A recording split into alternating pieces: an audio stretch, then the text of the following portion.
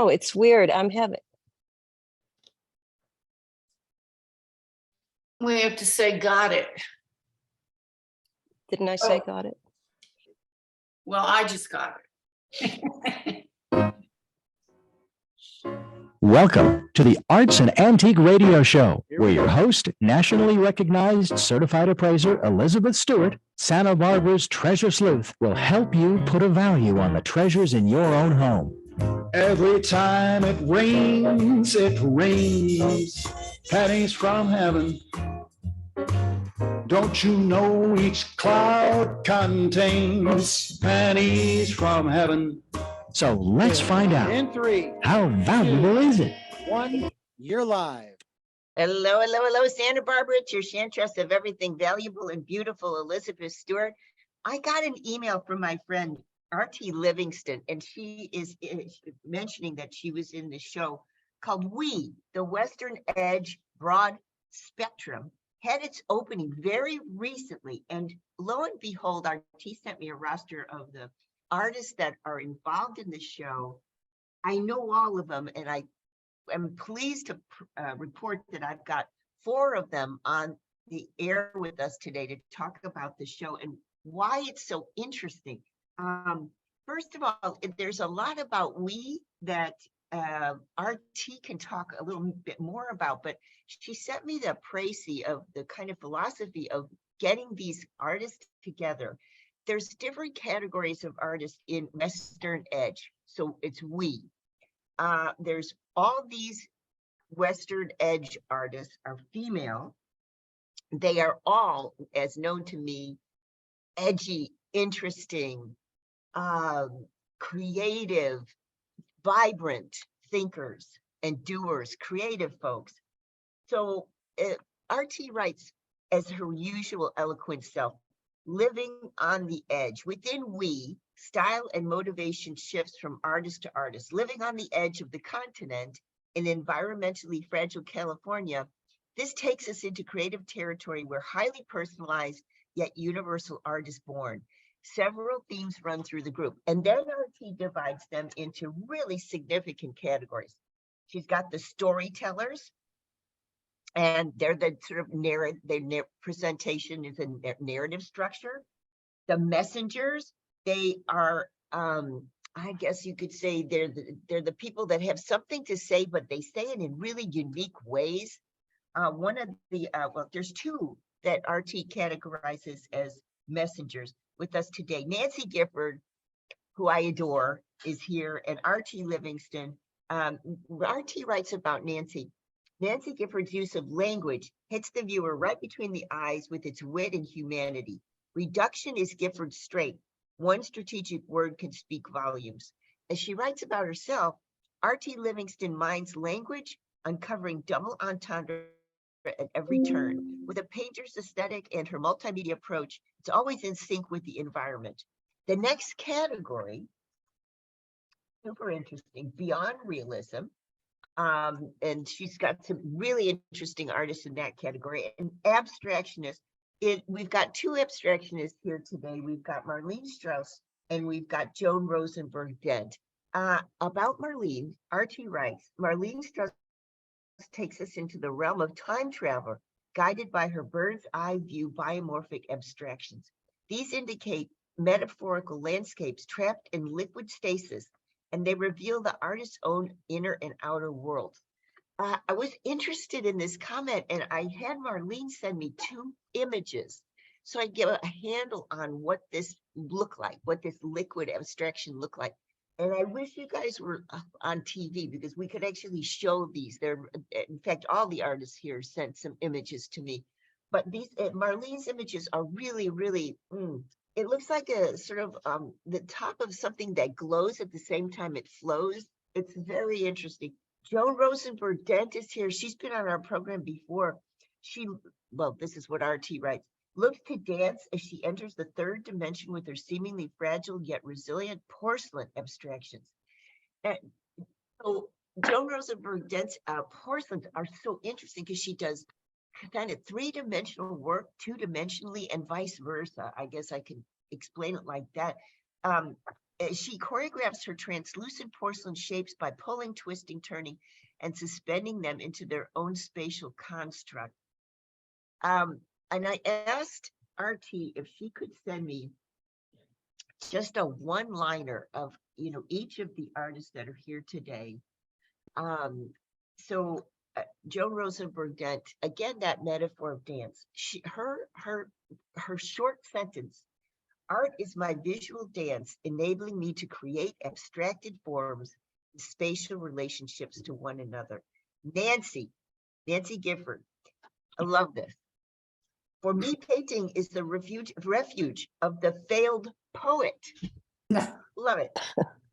And then we go on. RT, for example, she says, in life and art, I bounce between the sublime and the ridiculous. And Marlene says, my process emulates the game of life where the future is unpredictable while the past never completely disappears. And I have to say, the show is up now, gang, and you can see it at the Thomas Reynolds Gallery, which is 1331 State Street. And there's various events going on. They participate in Art Walk, for example.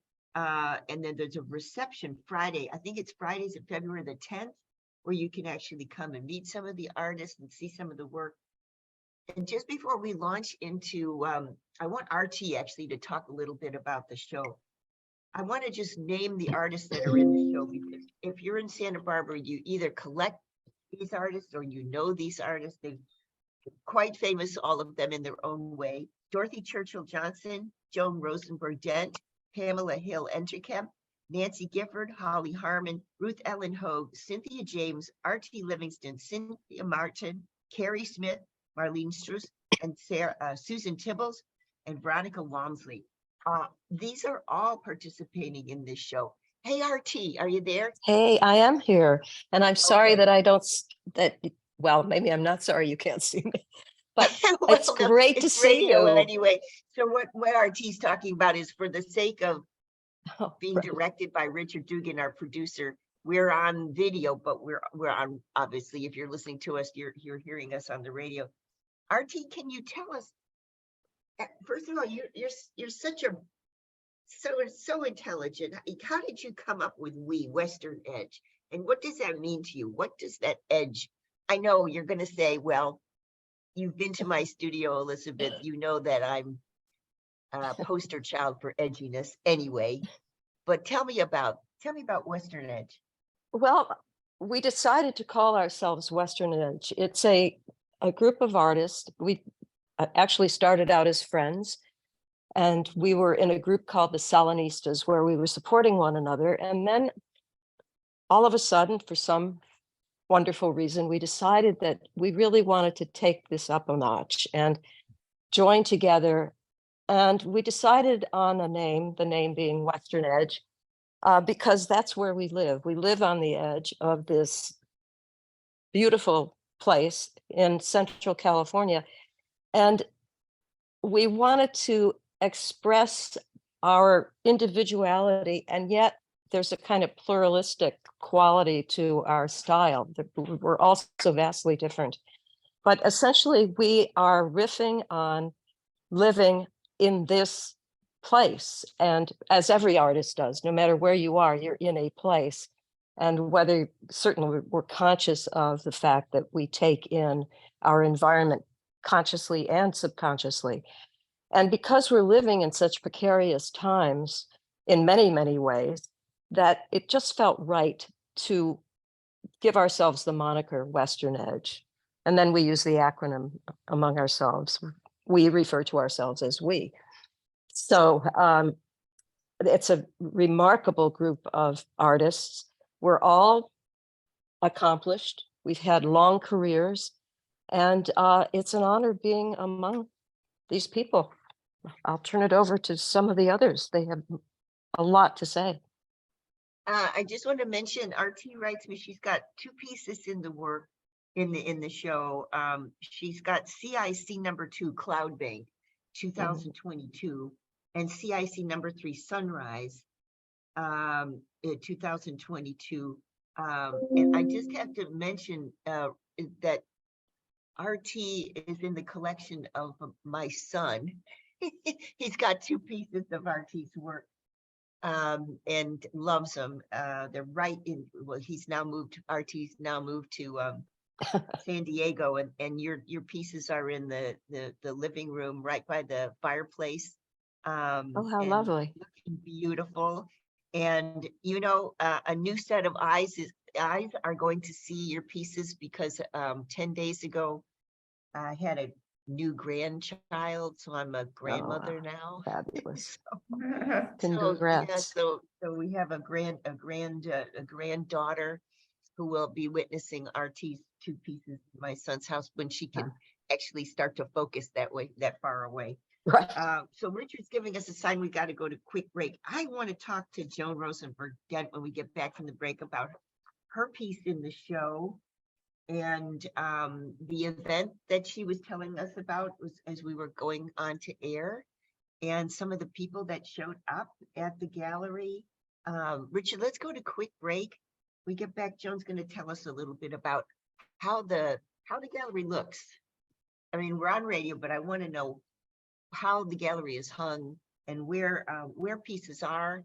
And maybe we can get Joan to talk a little bit about Marlene's piece and Nancy's piece and RT's piece when we get back from the break. Don't turn that down. Back in a second. We're celebrating We the Western Edge. Some of my favorite artists ever. As RT said, experienced, wonderful artist showing at the Thomas Reynolds Gallery, 1331 State Street, right now as we speak. Don't turn that down. Back in a minute. All right, you're clear.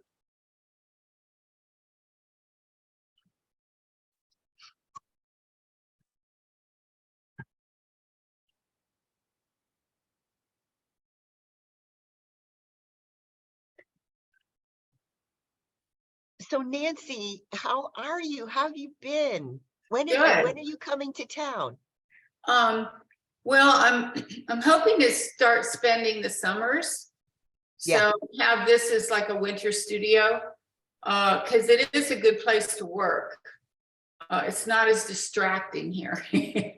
And but I'm missing the sea. So I just have to work it out, a few kinks how to manage that. But yeah. I have been thinking of you so much because last year, Lotus Land, where I first ran into your work, they decided to call me and do the entire property, have me appraise the entire property, the gardens, the garden, garden sculpture, the garden statuary, and everything inside the house. What a big project. It was Oh, really? huge. It was Wow. a big job. And so I don't know if you know Rose Thomas. She's the director of historical archives there, Rose. Sure. So she and I worked in the archives and pulled out, all this material. I was there yesterday because we're on the second wave of that now. So we're doing Madam's she 2 crosses, like how you get crosses for honor from France and Poland, and she's we're doing her Cartier now. So it's very interesting, and every time I go there, I think the first time I set foot in there with you while you were curating a show for them. Yeah, I did And, 3 shows for them. How many? 3. 3. Mhm. So All fabulous.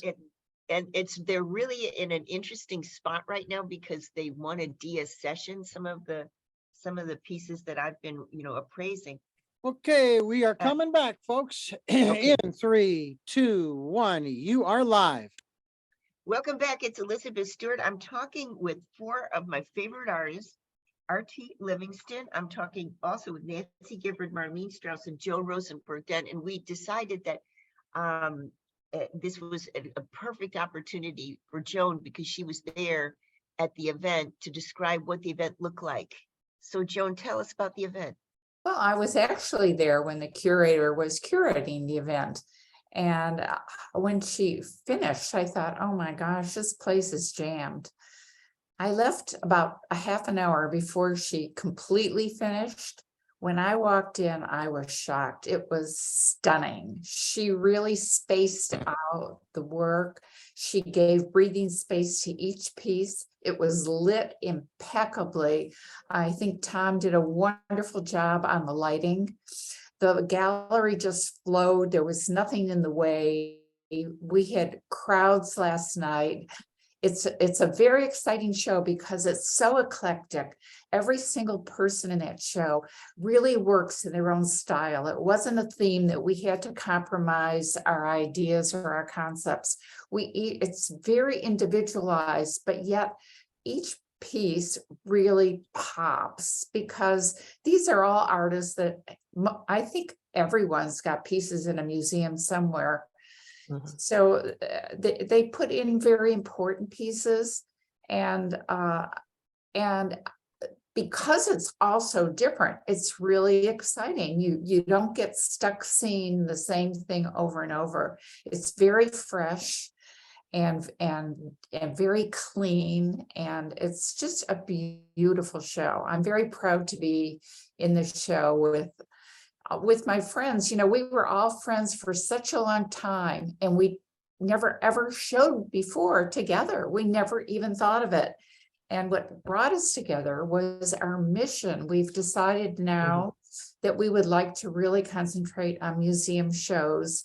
And this show kind of fell into our lap as a beginning point. And we said, let's just do it. Let's make our first show here in Santa Barbara, where we all live. And so our focus is much greater than Santa Barbara right now, but this was our beginning point to see how we all look together, and it's absolutely thrilling. It's a must-see show. And talk about another shout out, Thomas Reynolds, 1331 State Street. Joan was mentioning that all of the artists that we're talking to today are in museum collections. I just want to mention that Joan's work is in the Renwick Gallery of the Smithsonian, to mention just a small institution, Detroit Institute of Art, University of Michigan Museum of Art, Westmont Ridley Tree Museum of Art, Canton Art Institute, the University of California, Santa Barbara Special Collections, the Ridley Tree Cancer Center, the Butler Institute of American Art, Arnold Glimmer Collection, and many private collections. And we could actually go, I can tell you about all the artists that are represented today, but just kind of bragging on RT, whose lifelong archive was accepted by UCSB in their special collections. And so all of her work for years and years and years, and just RT just as, I don't know, such a great thinker, such a great pal. She moved from New York to Santa Barbara in 2006. I met her in 2008, and she did not have her accent still. I never did. She wasn't in New York. She left her studio, and she had studios in Soho, Tribeca, East Hampton, Woodstock, New York, etc. And she, when I first met her, I looked at the archive that she was planning on donating to UCSB. And she had, I mean, things that you just do not see. She had some of the early work that she was doing in New York. She had a piece, RT, if you remember, you had a piece where when you were publishing a magazine of the fine arts of a certain part of New York, a little known dancer was on the cover, and you thought this little dancer would someday have something important to say to the world, and that was Madonna at the time.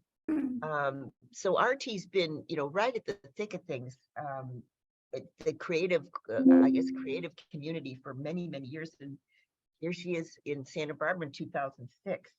I think the first time I saw her studio was probably 2010. I think we go back that far. She was thinking about selling some things, and she had me over, and I was blown away by the archive. So now, if you are interested in RT Livingston archives, they're you can see them in the special collection.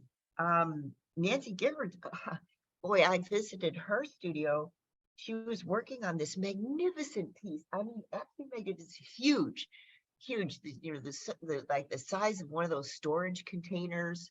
And it was like a collage of all these different books and with gold trim and titles all collaged together in such an interesting pattern.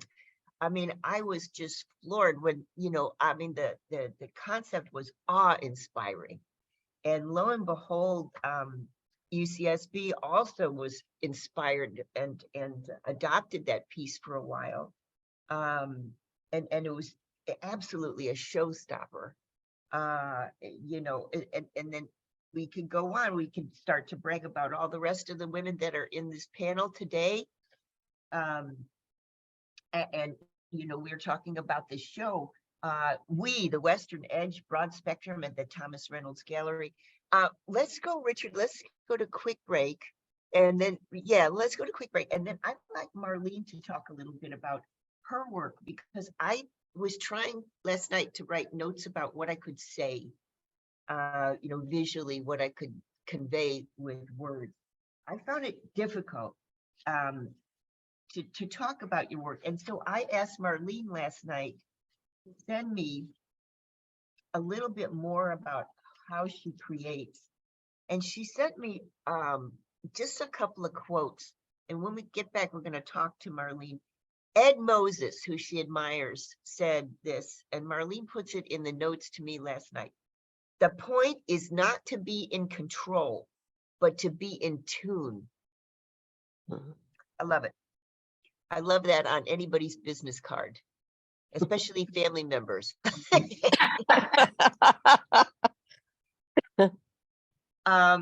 People often ask me, she writes, just like you did, Elizabeth, about how I go about creating images.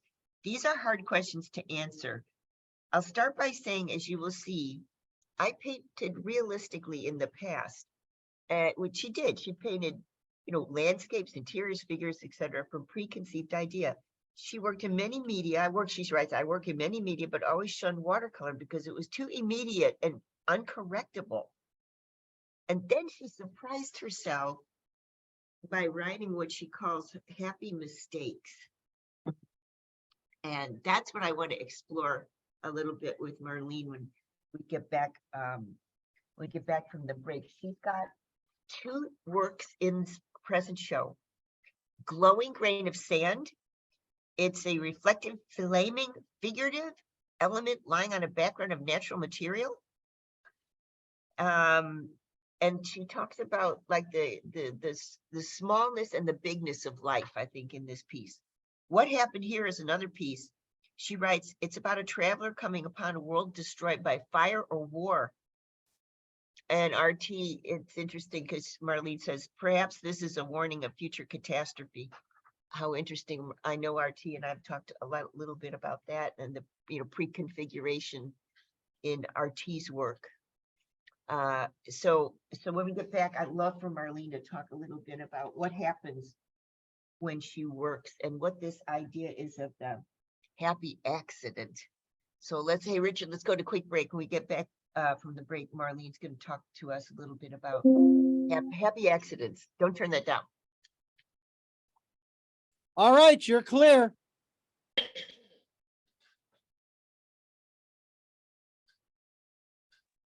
That's a great quote, Marlene. Yeah, it is. Yeah, it works for me. Absolutely. Yeah, no kidding. Really works for you. It was so interesting because I was trying to get into what the work was. And Marlene had written me, that this is what I think of as the work. But I was like, okay, but what's your process? How do you get to that point? Because the work it's very unique. And the quote that RT sent me, also, gosh, I have it here. RT sent me that regarding Marlene's work. He writes, I have it here if you want me to read it.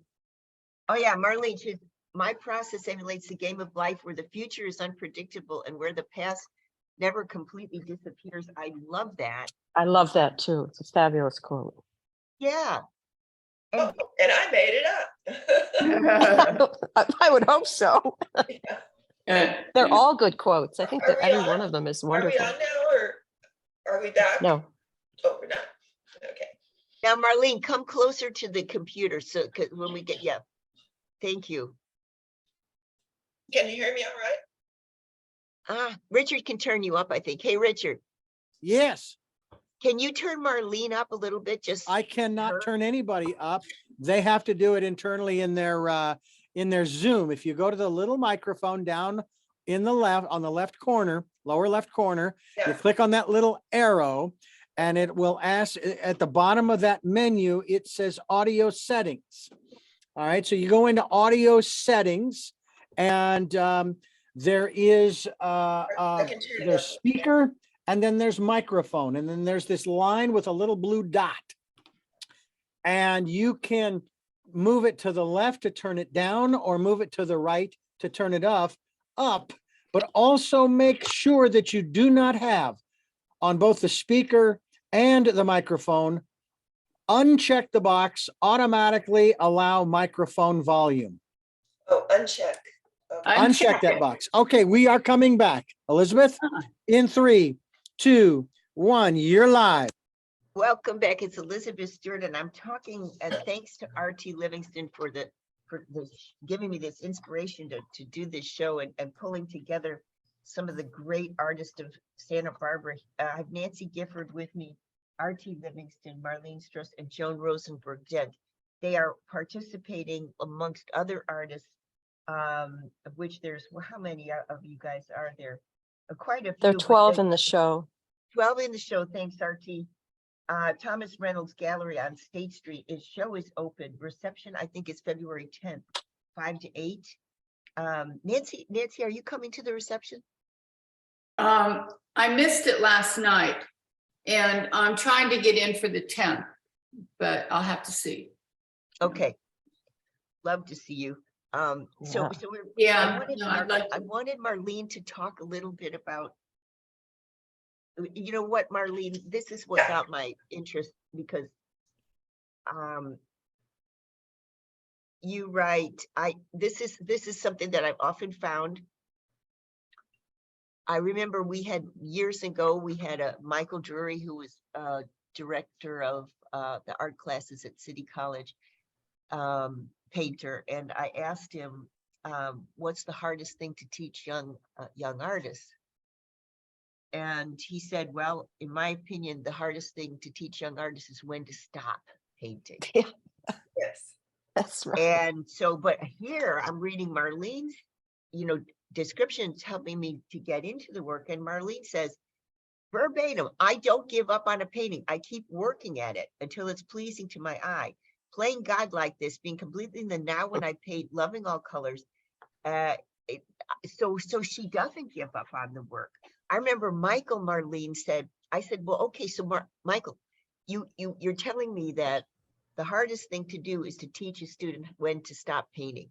How do you show them in their work that they've gone too far? How do you show them that they needed to stop before whatever happened?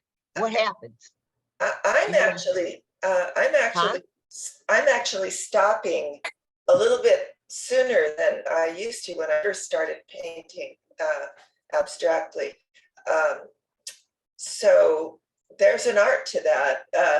I have more or less messed up quite a number of paintings in the beginning when I was started painting with acrylic abstractly. I messed up a little bit by going too far, thinking it wasn't perfect enough. But now I'm more confident about my painting, and basically I stop whenever it's done. When I can look at it and I cannot think of any way to improve it. And that's all about my aesthetic judgment.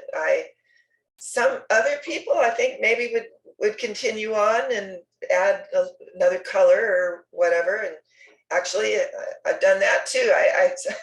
There have been a few times when I've already coated the painting with the polymer varnish, and I think, oh, I really need some red in there, and I'll go back and add a little bit here and there just to make it exactly like I want it. And the paintings are all about me. I mean, it's my aesthetic sense, and I just feel that if I like it, there's got to be somebody else that likes it too. And that's what the painting is all about. I call it biomorphic abstract expressionism. And I mean, I paint in layers. I don't really use a paintbrush very often, except maybe to outline in the end, kind of to tighten things up just a little bit. But it's just completely different than having an image in your head or a photograph you're going to reproduce in paint.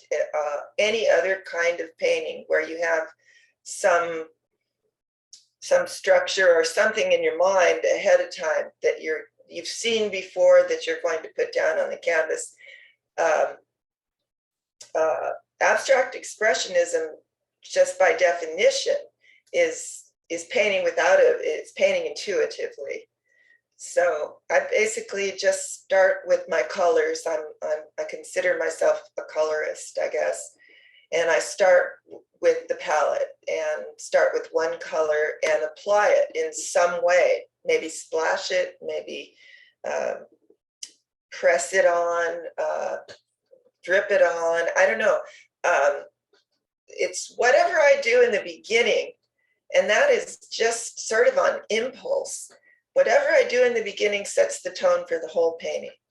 And then from then on, it's not easier, but it's easier in the sense that at least now I have a problem to solve, and I have a one layer of paint that perhaps needs another color or needs some balancing, whatever it wants at that point. I give the painting what it wants, and I use just real interesting materials. Like the last painting I did, I used one of those rubber exercise balls, those huge exercise balls. Yeah. And it was flat. So I put the paint on that, and then I pressed it on, and it got some beautiful nature-like designs. So I do a lot of experimenting, and with not a preconceived idea, but I have a kind of a roadmap from one layer to the next layer. And that's so interesting. So you mentioned two things I just want to focus very quickly as Richard's giving us a sign. We got to go to quick break. Once you start a painting, what's so interesting to me is I love researching the creative process. I started out as a painter, and I remember I was, trying to go to college for fine art, et cetera, et cetera. And I was 16 to 18 years old, and I had a summer job in Chicago, and I worked for an artist, a fairly well-known artist in Chicago. I was, mixing paints for him and working, printing press and this sort of thing. And I was in exchange for my my labor, he paid me a little bit, but he also was teaching me. And one day he said to me, and I was also selling for him. I was young, but I was selling for him in his gallery. And one day he said to me, and he had this very thick, he's from Spain, very thick Spanish accent. I'll never forget it. He said, Elizabeth, you're not a good painter. You're just not a good artist, but you sure know how to talk about art. So why don't you go to school and learn how to do art criticism? And it was like, okay, I get it. I will. And, I look back at those days, and my family has some of my paintings. And I think, my God, that guy was right. But the thing is, what you're saying is that once you start the layer, now you have a problem to be solved. Yeah. I love it. Yeah. I love it. When Richard, remember when we were right at the beginning of COVID, I had a bunch of actors who were doing a show about an artist. I forget what the name of the show was, but I had a contact in New York theater, and they honored us by coming on to the show and doing a reading. And I said, so you guys are doing these readings, via Zoom, you're having Zoom theater, and you're such, incredibly professional, wonderful actors. And what do you think about this? And he said, I wish that that New York City would call on the creative community to help solve this COVID problem. I said, why? Why artists? Why not, epidemiologists, doctors? He said, because artists are the problem solvers of this world. That's right. Yeah. Exactly. Yeah. That's right. Yeah. That's what And the I creative I was process like, is. Whoa. That's by the way, Marlene, I just wanted to say, when I asked Michael Drury how he teaches, of course, he's teaching plein air. Yeah. So how he's teaching plein air, when to stop, he says, well, I point out to the students who have not stopped that Yes. they have created the brown potato in the sky. Yes. Yes, I know that potato. I love it. Okay, Rich, let's go to a quick break. When we There's a get back from painting the there. break- Yeah, there's the brown potato. For you. I want to talk to RT, but I want to get to Nancy because, RT writes that she's witty, and she certainly isn't. She writes me, Elizabeth, wonderful to see you again, or to propose seeing you again. I am basically still up to no good. She's got 2 works in the show, Sweet Crude, from the ongoing series titled Heaps of Trouble. And of course, she writes that Heaps of Trouble, the series probably won't end, cryptically. Yeah, right. Tar Sands, the Tar Sands part of the series Shape of Things to Come. There's a lickable surface tension. The shapes are amorphous. They're amorphous shapes. Elizabeth, just like our future, lacking clear definition. Love Nancy, love how she uses words. This idea that RT picks up on when she gives the quote about our own Nancy Gifford, that a painter is a failed poet. I love that. That's Nancy's RT quote. Oh, that's Nancy's quote. Okay, so these are not your quotes. They're quotes from. No, these are all the artist quotes. Got it. Got it.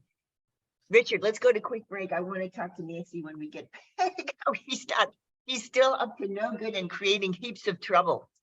Don't turn that down. I'll be back in a minute. Ain't that the truth? All right, you're clear. That's right. Never run out of material for heaps of trouble. I know. Now you know where the edge comes from, Elizabeth. She's gone. It's so good to see you.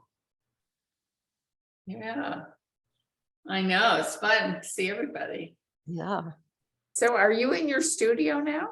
I am. Oh, yeah. Oh, it Very looks cool. really big. Yeah, I think they used, the previous owner had a big media room, Ah, and they had cameras coming out of the ceiling and all kind of crazy stuff. And it was like a big screening room and stuff. And I just gutted it and turned it into my studio. Nice. And it's got a great view of Camelback Mountain, full on view of the mountain. oh, Wow. nice. Now Wow. that's kind of inspiring. I can go and sit there on the patio and just look at every day at 4 o'clock, there is a snoring Indian who comes on the mountain, and he's just shows up with the shadows in a particular moment fabulous. at 4 o'clock, and it turns into a snoring Indian. So he's my siesta Indian, and I see him every day. It's great. I wait for him to come out every day. He inspires me. This is a long break.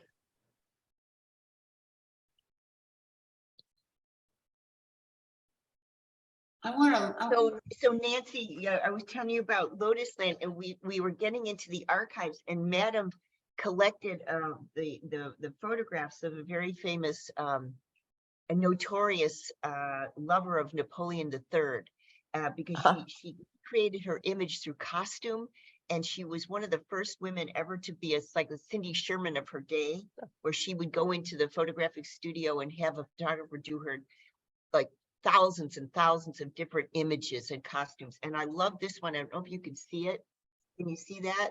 Oh, that's a very famous one. Yes. Yeah. Yeah. So this is this particular woman. Okay, we're coming back in 3, 2, 1. You're live. Welcome back. It's Elizabeth Stewart. I'm talking with just a wonderful, wonderful artist today. I'm talking with Nancy Gifford, R.T. Livingston, Marlene Stross, and also Joan Rosenberg-Dent. And they are participating in a show called We, Western Edge, Broad Spectrum at the Thomas Reynolds Gallery downtown on State Street in Santa Barbara. And I asked if we could talk a little bit to Nancy Gifford and just refresh your memory. Before the break, Nancy had written me that she's still basically up to no good. She's got a couple of things in the show. Sweet Crude from the ongoing series titled Heaps of Trouble. She writes, doubtful that series will ever end. It's very interesting. Nancy, it reminds me, both work remind me, and the tar sands is the other piece. Part of Shapes of Things to Come, a lickable surface tension. The shapes are amorphous like our future, lacking clear definition. When I was looking at those pieces, because Nancy sent me images of both those pieces. RT, can you believe this? I mean, this is something that I need to be shrunk about, I think. When I was a little kid, like 5 or 6, I started to have reoccurring dreams of the desert after a rain, where you know how the mud dries like craquelure on an oil painting, and it lifts up like that, and vast desert of all these pieces of mud lifted up like craquelure. And I still have that dream. Oh, I don't know what interesting. that dream means, but I was looking at Nancy's pieces. I'm like, oh, there's my dream. And then I find it's called tar sands, you know. So tell me about that, Nancy. Tell me about the work. Well, I do have this ongoing series called Heaps of Trouble, and it's a way of abstracting big issues of our time, but trying to just abstract them in order to exercise them out of my own psyche, I guess. The sweet crude, I also did a sour crude.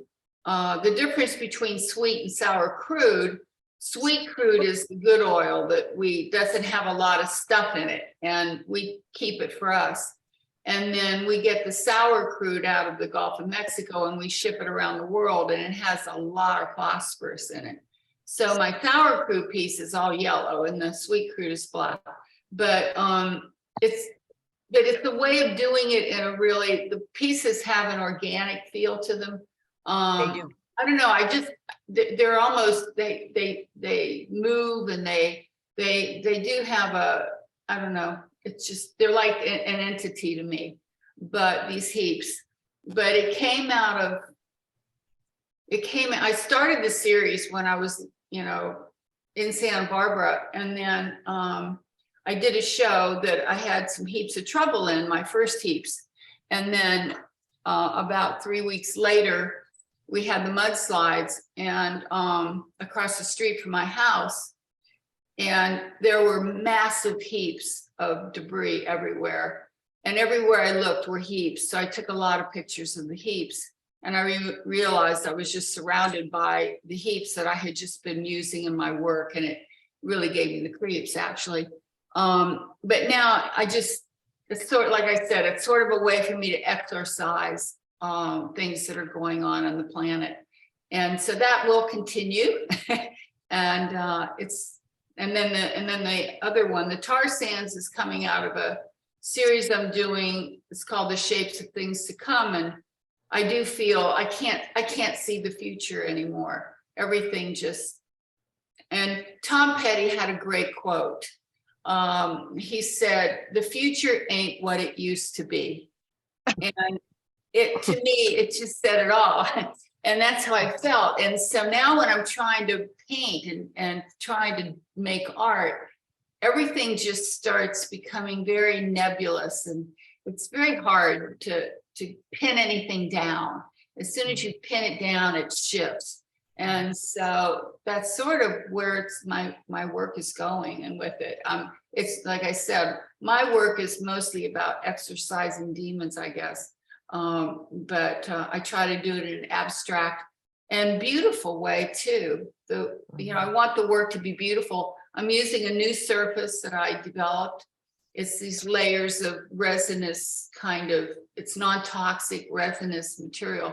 And they look, you could lick them. So be my guest. You can lick the piece. I love it. I love it. It's just, I know what you're saying is the future ain't what it used to be. It's, I mean, the risk of sounding, you know, like an ancient old crone, Right. you know, it's like, wow, it's sometimes at night, especially, it's like, what, you know, what's the point really? It's an odd time. It's a very odd time. You know, thankfully we do have work like yours to look at, kind of bring us out of it. Cause it's like, okay, that really hit me. It was like, I saw my dream of this wasteland of, you know, the mud lifting up in big chunks, like big cow pats all through this big desert. And I was like, okay, there's my dream. You know, and to see that, it's like you said, it exorcises on some level, you know, it exercises on some level. Richard's giving us a sign we got to go to quick break. And then I think, Richard, do we need to go to another break after this one, or are we clear? You're one more break. Okay, so we'll go to quick break now. And then I actually would like to talk to Joan. Joan is a ceramicist, and she's, you know, a three-dimensional artist, and we haven't talked to her about her process. I'd love to talk with her about her process when we get back from the break. Don't turn that dial. Back in a minute. All right, you're clear.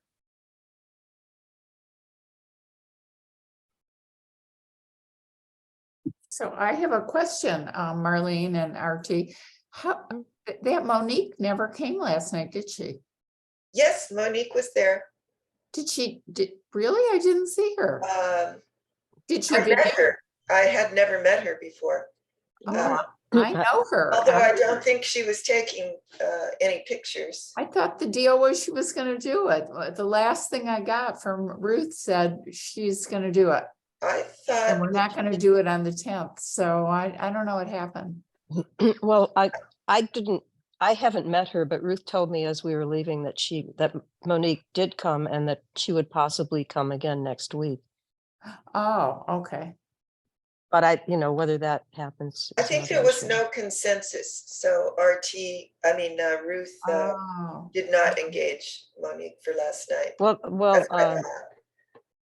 Larry Zimmer came. Which Yes. was nice.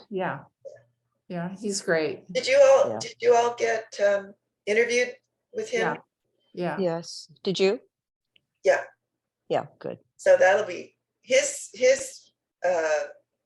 videos are really funny and good.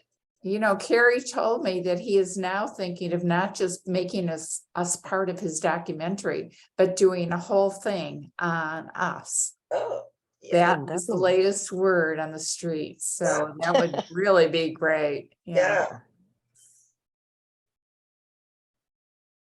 You know, I was trying to get maybe outside of the show, I was trying to get my head around. I was really involved in looking at this collection of this particular photographer, of this countess that Madam really liked.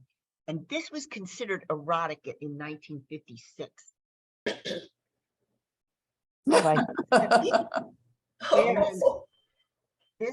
1956, did you say? All right, we're coming back. You have 5.5 minutes. In 3, 2, 1, you're live. Welcome back. It's Elizabeth Stewart, and I'm talking with wonderful artists about a new show that's opened at the Thomas Reynolds Gallery.